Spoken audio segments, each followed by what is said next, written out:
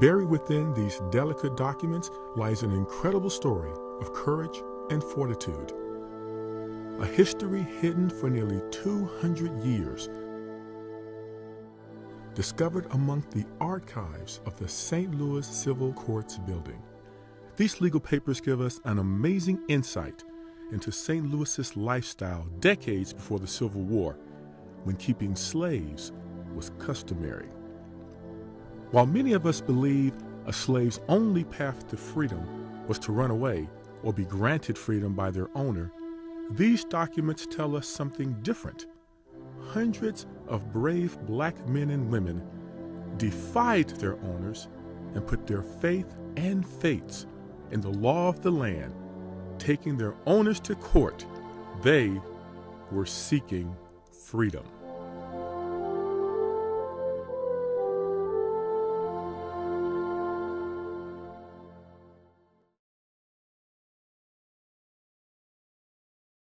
In the late 1990s, workers from the St. Louis Circuit Court and Missouri State Archives made an amazing discovery in the Civil Courts building in downtown St. Louis. Buried among hundreds of boxes were papers yellow with age and still covered in coal dust from 2 centuries ago. While they didn't look like much on the outside, these documents revealed a history lesson beyond any historian's wildest imagination. A written account of what life was like for a slave in St. Louis. These court cases describe fears of being beaten or literally sold down the river to a harsher life. Tales of families torn apart but still determined to be free. In 1807, nearly 40 years before Dred Scott filed his suit, a Missouri statute was put in place making it legal for a person held in wrongful servitude to sue for their freedom. Historians have come to call them freedom suits.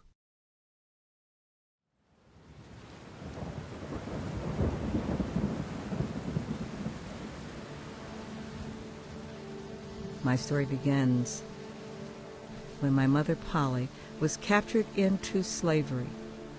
It was a dismal night in the month of September. Polly, with 4 other colored persons, were kidnapped.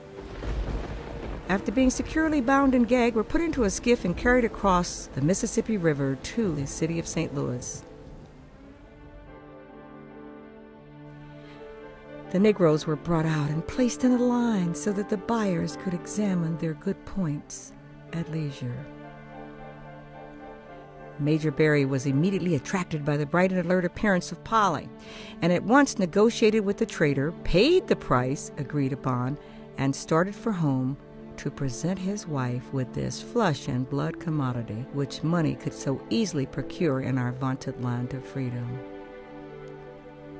After that, my mother registered a solemn vow that her children should not continue in slavery all their lives, and that we must get our freedom whenever the chance offered. Seeking freedom. It is inconceivable for us to imagine life without the liberties we enjoy every day. Yet, very early in our nation's history was a time when human beings like you and me were denied their freedom, their chance to live their lives as they wanted. Instead, they were property, a commodity, traded like video games that could be passed from one person to another. This is the largest single collection, and better yet, we've put them all online. So they're now available for research all across the country. But one of the key things is this will help rewrite not only St. Louis history and Missouri history, but parts of the U.S. history. By the time we're done, we will understand this aspect of slavery far better than we've ever known. What is so unusual about these cases is that many people thought they were lost or didn't know they'd be able to get access to them when suddenly this archive became available. And many of the cases are very revealing. But what has us so excited is the fact that these are new cases that we hadn't looked at before. The thing that strikes everybody first is to just look and see where it says Polly, her mark, and all she's been able to do is make an X. At the time when the declaration mentioned the said plaintiff was not the slave of said Phoebe, as she is above in her plea alleged. Mother was especially restless because she was a free woman up to the time of her being kidnapped, so the injustice and weight of slavery bore more heavily upon her than upon me. Following an argument with her mistress, the master took my mother to an auction room on Main Street and sold her to the highest bidder for $550. Oh, God, the pity of it. In the home of the brave, in the land of the free, in the sight of the stars and stripes, that symbol of freedom sold away from her child to satisfy the anger of a peevish mistress. By the mid-19th century, slaves desiring freedom faced a monumental task. They had 4 options. The stronger fit slaves often chose to run. Another option involved manumission, or obtaining papers of freedom from the owner. A slave could also try and purchase their freedom, but this was open only for those slaves who were allowed to earn money, or they could sue their owner for their freedom. The place to begin with the quest for freedom is 1769, when a Spanish governor decreed that no Indians be held in slavery in the territory. And as a result of this decree, many people of Indian ancestry who were held in slavery brought forward their claims to freedom. Marie Jean Scipien, her family sues based on the Indian heritage of Marie Jean Scipien's grandmother. And it was through that case that Indian slavery came to be outlawed in this state of Missouri. The right of a slave to sue was written right into law. I mean, it was addressed directly that the slaves had a right to sue for their freedom. And secondly, the slaves were not declared formally non-citizens until the Dred Scott case reached the U.S. court, the U.S. Supreme Court in the 1850s. There is a law written by the Assembly, the Territorial Assembly, that says you can sue for your freedom, and you can sue for your freedom as a poor person, which means that you don't have to put up a bond, which means that an attorney shall be appointed for you, rather like our pro bono or public defender sort of attorneys in our system.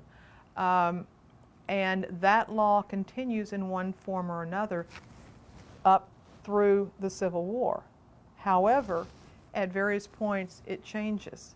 One of those changes came in 1825 when the Missouri Supreme Court set the precedent of once free, always free. The most popular way of gaining freedom through litigation of a freedom suit in the courts, in the circuit court in St. Louis, was through the doctrine once free, always free. That is to say, if a person had been free at any point in his or her life, at birth or by manumission later on in life, or by residence, legal residence in a free territory, which is distinct from being a fugitive in free territory. That is to say, having resided in on free soil by virtue of the fact that one's owner had taken one there, the enslaved person became free. Well, the case of Winnie versus Whitesides established the Missouri precedent that slaves who had been transported and resided in a free territory were thereby free. So the once a free person, always a free person doctrine came from this Missouri case.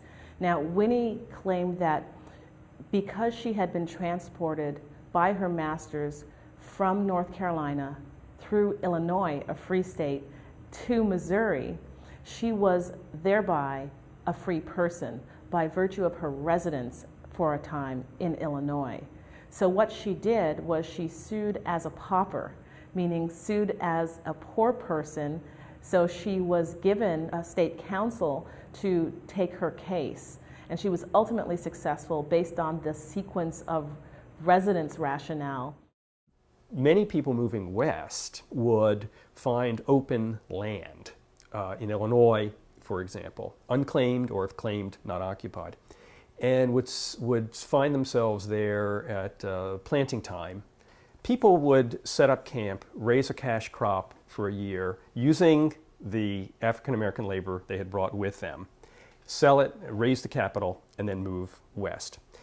Yet, they're smart enough to know that this might qualify as residence in a free territory and therefore qualify their free servant or their legally enslaved servant for the right to sue under one's free, always free. Many of the people who were purchased here had apparently been hired out in Illinois, which, if it's done for a certain period of time, the way the Missouri courts eventually ruled, entitled someone to freedom because that was free territory, or had been brought through Illinois by someone who stayed in Illinois for a substantial period of time. Simply passing through a free state or free territory did not entitle one under the laws of the period to freedom, but longer residence or being hired out there did.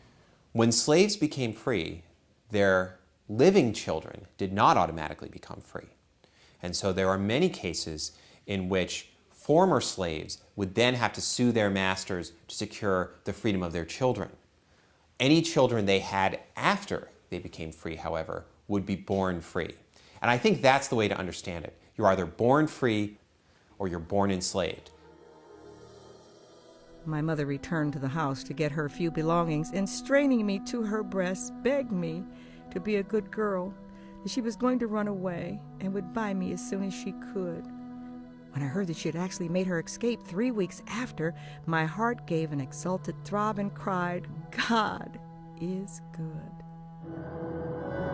In the daytime, she hid in caves and in the surrounding woods, and in the nighttime, guided by the wondrous North Star, that blessed lodestone of a slave people, my mother finally reached Chicago, where she was arrested by the Negro catchers.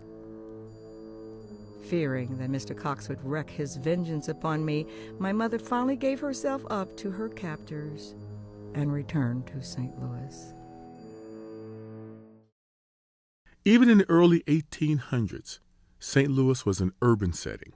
Most slaves owned by families living in the city were not subjected to the daily backbreaking jobs of working fields and farms like their counterparts in the far South or in rural Missouri. Most slaves around St. Louis did domestic jobs, ran errands, or even worked outside the home collecting a salary and bringing it back to their owners. Still, they were enslaved people, forbidden to live their own lives. They were not field hands as a rule. They were urban employees as a rule. They had contact across the river. They would frequently travel across the river on business, either with their owners or not. So they were aware that that freedom is out there, that there's an avenue to freedom. The lure of freedom is always stronger in an urban setting because of the model of free blacks living there at the same time, and the presence of sympathetic whites, and in St. Louis, the presence of a bar that is a group of lawyers who are opposed to slavery, who are willing to take these cases. St. Louis's population really began to explode in the 1820s, mostly from migration as people moved from points farther east, mostly from the eastern seaboard. And so the number of native-born, white U.S. citizens went up tremendously. So too did the number of slaves, because many of these migrants brought slaves with them. After my mother's return, she decided to sue for her freedom, and for that purpose employed a good lawyer. She had ample testimony to prove that she was kidnapped, and it was so fully verified that the jury decided that she was a free woman. Because St. Louis was located in a border state that supported slavery, but also sat across the river from a free state, its population was diverse. You had black slaves, free blacks, indentured servants, both black and white, and abolitionists, all interacting and communicating. This made for quite an active grapevine for circulating information. So because of that, there was some exchange of ideas, and churches for slaves were a crucial locale for the exchange of information. So on a Sunday, a slave might attend church, and of course, whether he or she would be entitled to attend church would be at the mercy of the owner. But in St. Louis, it seems that there was some fluidity in that slaves could sometimes go to church as they desired. And during either the service or after, there would be information that would be dispersed to the slaves about the recent successes and victories with the freedom suits. Well, slaves knew that other slaves had sued for freedom and won. And so, and this is always a slave holder's fear, is the sense that, that free blacks were a bad role model for enslaved blacks, because they let them have hope that there could be another condition, another way of being. In St. Louis, you had a good deal of freedom to be with and in and involved in a slave community. You had the ability to act more freely. Slavery weighed a little bit less heavily. There was a large free black community which gave good support, especially the churches and religious people gave good support to slaves. So that would help people have the strength to pursue cases, because there were sympathetic others who were going to help you.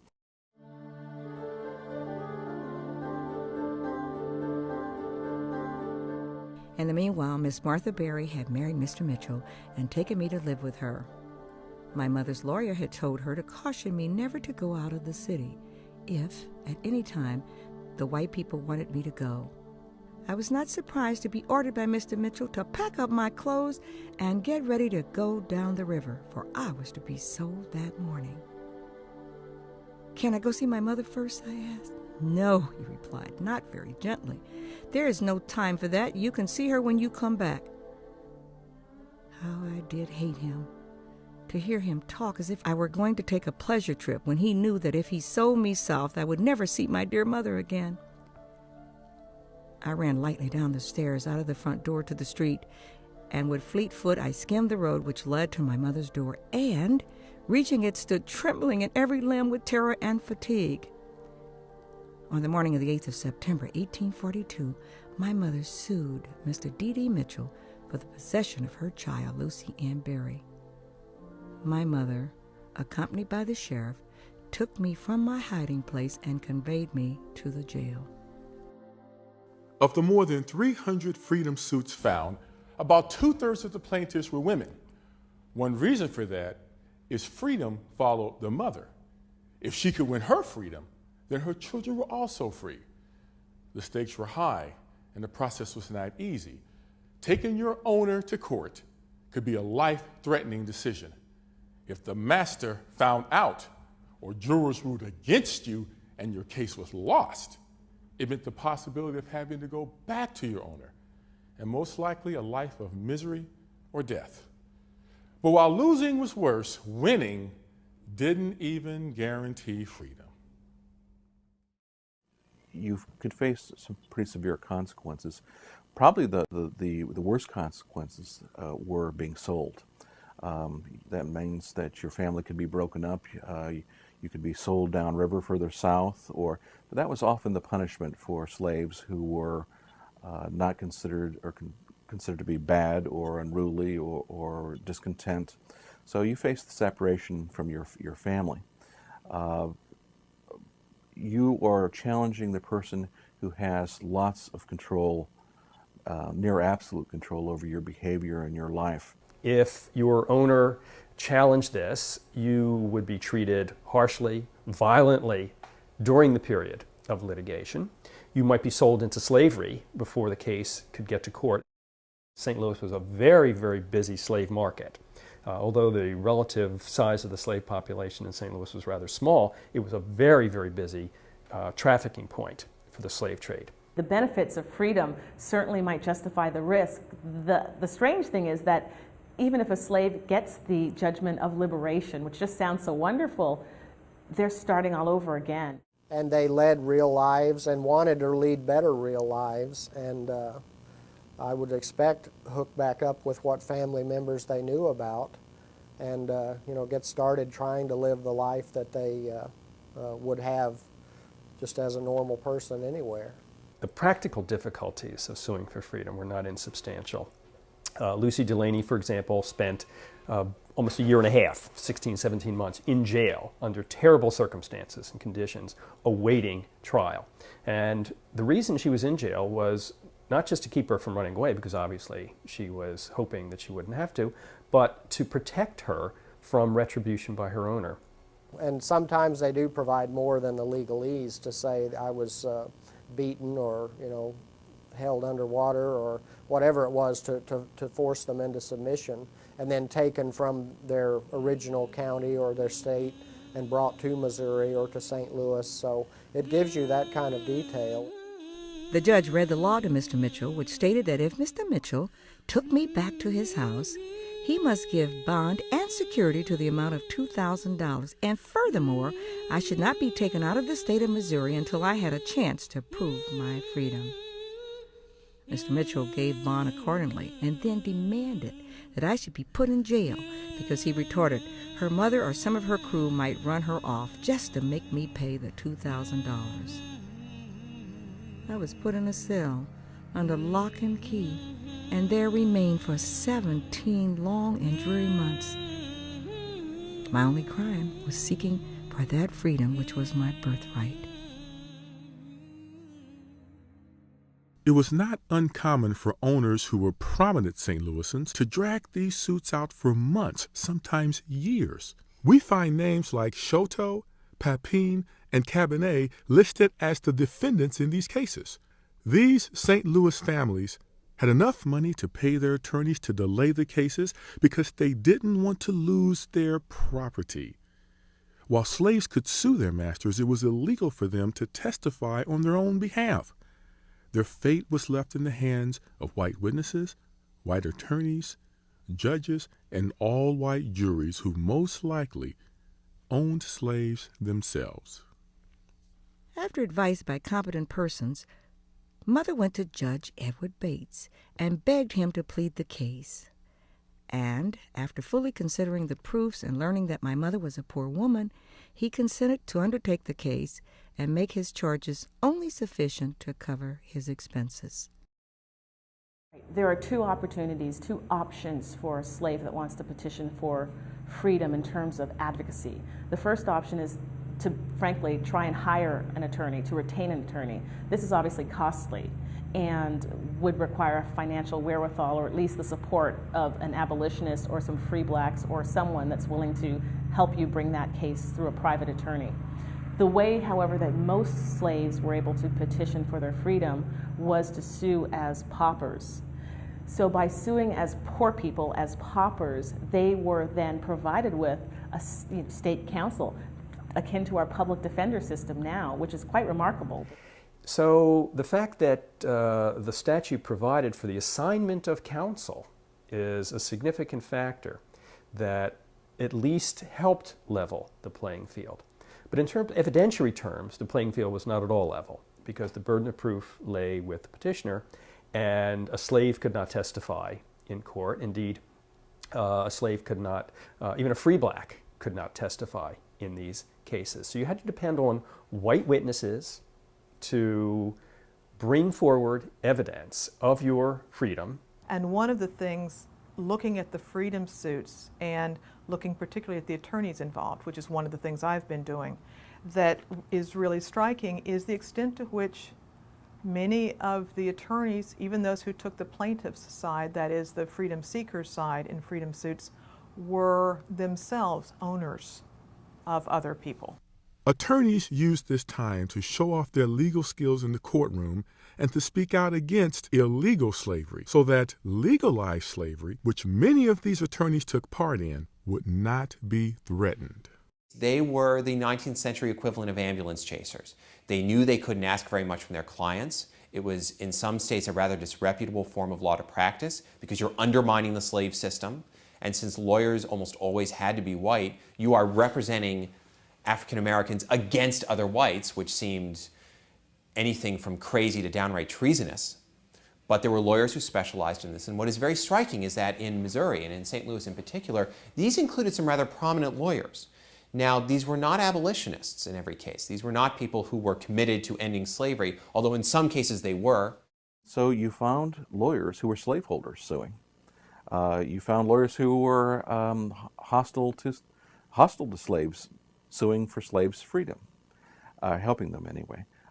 because that was the law and they respected the law. You found Edward Bates helping set slaves suit. He believed with all of his heart that slaves were property, and he had owned slaves himself, and he could not transcend. He had the hardest time coming to grips personally years later when it came time to free the slaves. But here he is supporting the rights of slaves and suing on their behalf in court. On the 7th day of February 1844, the suit for my freedom began. A bright, sunny day, a day which the happy and carefree would drink in with a keen sense of enjoyment. But my heart was full of bitterness. I could see only gloom, which seemed to deepen and gather closer to me as I neared the courtroom. I could not see one gleam of brightness in my future as I was hurried on to hear my fate decided. After the evidence from both sides was all in, Mr. Mitchell's lawyer commenced to plead. For 1 hour he talked so bitterly against me and against my being in possession of my liberty that I was trembling as if with ague. For I certainly thought everybody must believe him. Indeed, I almost believed the dreadful things he said myself. And as I listened, I closed my eyes with sickening dread, for I could just see myself floating down the river, and my heart throbs seemed to be the throbs of the mighty engine would propel me from my mother and freedom forever. What you see in the judges, in some cases, is a kind of balancing act. It's an effort to have it both ways. To say, I am a man who believes in slavery. Some of these judges own slaves, I suspect, and at the same time saying, but I am a humane man. I am a Christian man. I am a Democrat. I am an American, whatever they have to say. So I suspect that it makes it easier, in a sense, to live with themselves, to presume that it is compatible. I don't mean to underestimate the nature of the moral struggle that must have gone on. Ultimately, this is a jury verdict as well. 12 good men and true, which means 12 white men at this time, have to decide on the basis of the facts presented that this individual is free. So it's an uphill battle all along. And the fact that as many slaves attained their freedom this way is remarkable. My lawyer, Judge Bates, arose, and his soulful elegance and earnest pleading made such an impression on my sore heart, I listened with renewed hope. I felt the black storm clouds of doubt and despair were fading away, and that I was drifting into the safe harbor of the realms of truth. I felt as if everybody must believe him, for he clung to the truth. The majority of freedom suits were filed during 1824 to 1844, and it became a common way for slaves to obtain freedom. It was also common knowledge among pro-slavery supporters that a slave didn't need to have money to take their owner to court. The attitude of the court, and quite frankly the people of St. Louis, reflected an acceptance of the suits because they were filed under their current laws of the land.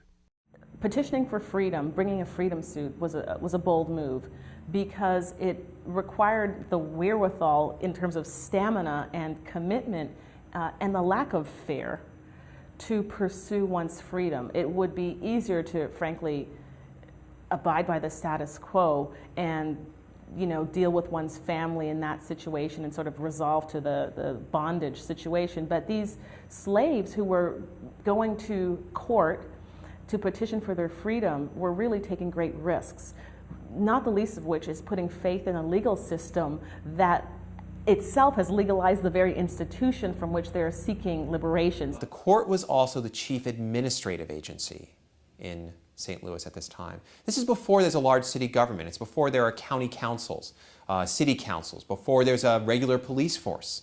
And whenever there was a dispute, you went to court. For somebody to come in to a court, somebody who by conventional standards is relatively powerless, and say, I am, to declare that they have rights and that they are free, in their own minds at least, is an act of enormous courage, but it's also an act of self-assertion that liberates others who can hear that cry. Whenever slaves sued for their freedom, that was a threat to the slave system. And slaveholders didn't want to see that happen. At the same time, part of the reason, I think, why there was a legal procedure for this was that slaveholders thought, what is the other option? If slaves don't sue for their freedom, how else will they secure their freedom? They'll secure it by running away or by joining a slave revolt. You can't undo those discussions once they've taken place. You can't take back those defining moments in trying to talk about what it means to be a human being, what it means to be free, what it means to be an American. On the morning of my return to court, I was utterly unable to help myself. I was so overcome with fright and emotion, with the alternating feelings of despair and hope, that I could not stand still long enough to dress myself. I trembled like an aspen leaf. At last the courthouse was reached, and I had taken my seat in such a condition of helpless terror that I could not tell one person from another. Friends and foes were as one, and vainly did I try to distinguish them. My long confinement, burdened with harrowing anxiety, the sleepless night I had just spent, the unaccountable absence of my mother, had brought me to an indescribable condition. I felt dazed, as if I was no longer myself. I seemed to be another person, an onlooker. In my heart dwelt a pity for the poor, lonely girl with downcast face, sitting on the bench apart from anyone else in that room. In the late 1840s, around the time the Dred Scott case was first filed in St. Louis, things worsened for slaves in Missouri. Slave owners felt under siege by increased pressure from free blacks and abolitionists. They were taunted by the liberties they perceived African Americans to have gained. So changes were made to bring things back under their control. Some slave privileges were revoked. The courts became more repressive and handed down harsher rulings. Teaching slaves to read and write was outlawed. The pro-slavery militants effectively diminished the rights of black people. These changes, along with the state law passed in 1845 requiring slaves suing for their freedom to put up a bond to pay court costs if they lost, which many could not afford to do, drastically curtailed the number of freedom suits filed. During this time, Missouri Supreme Court also overturned its precedent, once free, always free, saying times had changed. Then, in 1857, the United States Supreme Court overturned the most notorious freedom suit, the Dred Scott case. The High Court ruled that people of African descent, whether free or not, did not have the rights of citizens, which of course included the right to sue. These cases in Missouri are part and parcel of the rising sectional tension that eventually led to the Civil War. They're absolutely essential to that. Dred Scott is, of course, the most famous example of that, but that is merely part of a larger chain of lawsuits that raised tensions between free states and slave states. It's part of a decade, beginning in the late 1830s and accelerating into the 1840s, where slavery was hardening. Anti-slavery was getting louder, was getting more insistent, and a backlash of stricter, less compromising, more insistent championing of slavery begins to occur. By the time it reached the Supreme Court, the case of Dred Scott had been tried many times before, just not involving Dred Scott. There were very similar cases, numerous cases, where slaves claimed that they had been transported to free territories, had lived there for long periods of time, and that as a result of that, they were entitled to their freedom. And in some of those cases, slaves won. Not in all of them, but in a large number of them. And what is striking is that whites acknowledged that as a fact of law. One of the results of the Supreme Court's decision in the Dred Scott case was to overturn that precedent and to say it no longer applied. These cases are a prelude to the Civil War. They are an example of how when legal avenues to change and social progress are cut off, which is what happened with the Dred Scott decision, then violence becomes the only route that oppressed people have. The verdict was called for and rendered. Mr. Mitchell's lawyer jumped up and exclaimed, "Your Honor, my client demands that this girl be remanded to jail. He does not consider that the case has had a fair trial." Judge Bates was on his feet in a second and cried, "For shame! It is not enough that this girl has been deprived of her liberty for a year and a half, that you must still pursue her after a fair and impartial trial before a jury in which it was clearly proven and decided that she had every right to freedom. I demand that she be set at liberty at once." "I agree with Judge Bates," responded Judge Malamphy. "and the girl may go." Oh, the overflowing thankfulness of my grateful heart at that moment. Who could picture it? None but the good God above. I could have kissed the feet of my deliverers, but I was too full to express my thanks. But with a voice trembling with tears, I tried to thank Judge Bates for all his kindness. I returned to the jail to bid them all goodbye and thank them for their good treatment of me while under their care. They rejoiced with me in my good fortune and wished me much success and happiness in years to come.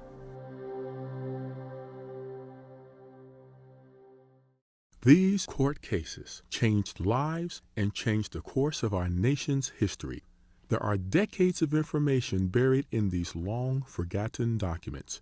It is impossible to know just how many lessons lay hidden in the brittle, dingy pages of these freedom suits. The United States was a country that was ruled by laws. And so when people struggled for freedom, they struggled according to rules. And these were the rules in which we all played under. And slaves had rules that they could follow and try to seek their freedom. And so the documents represent, they're trying to work within the system of American justice. They will prove tremendously illuminating on areas of social history. Because whenever a slave has to sue for his or her freedom, that slave makes a pleading that says, here was the state of affairs on the plantation where I lived, or in the house where I was held in bondage. Here is my life. Here is how I was forced to move to another state or another territory. And these are in many ways small biographies about these people's lives.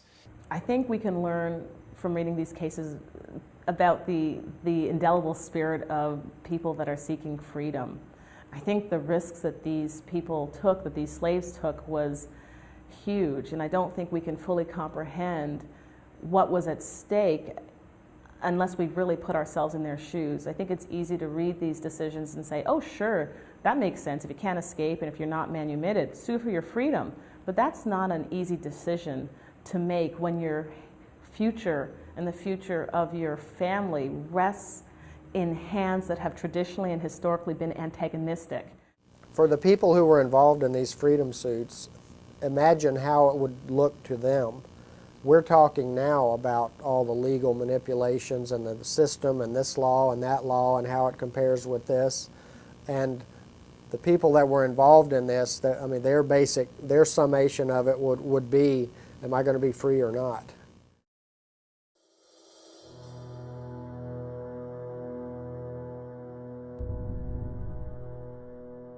What we hear in the bits of voice that come through in these cases, what we hear from Lucy Delaney, is a humanity that we understand because we share in it. What we hear are concerns about children and parents and siblings. What we hear is pride in one's own work, one's ability to support oneself and one's family. Exactly the same sort of things that, at least internally, we say to ourselves to justify our lives and our ambitions. It seems to me that the first thing that these do is give us new insight into the issues of our own time and our own day, not just in something that we might have thought was resolved with the Civil War, the Civil Rights Movement in the United States. The second thing I think they do is remind those people who are, for whatever reasons, whatever circumstances, marginalized, people who insisted on their own self-importance regardless of that huge social effort to keep them in their place, to assert a higher nature for themselves, a higher place for themselves, if you will, not in some kind of social structure, but as a human being. Mother always made her home with me until the day of her death. She had lived to see the joyful time when her race was made free, their chains struck off, and their right to their own flesh and blood lawfully acknowledged.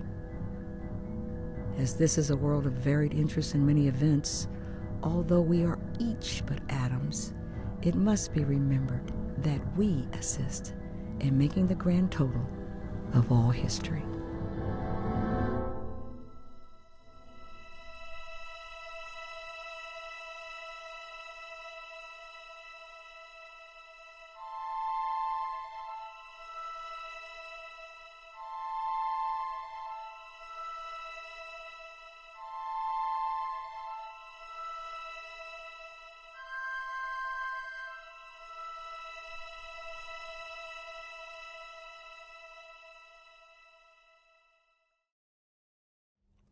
Like pieces of pottery unearthed from an ancient civilization, these freedom suits offer an extraordinary glimpse into the lives of people from long ago. When we read the cases, we are transported back to a time of unimaginable hatred and a fledgling and misguided legal system. The cases also give us an opportunity to witness the hope, courage, and character of people bold enough to risk everything they had, including their lives, to march into court seeking freedom.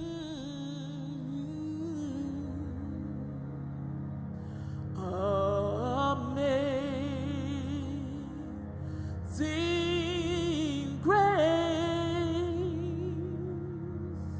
how sweet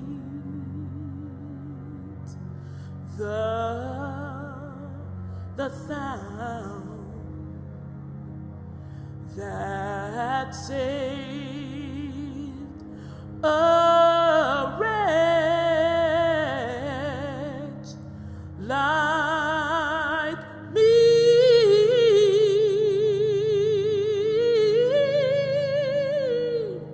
I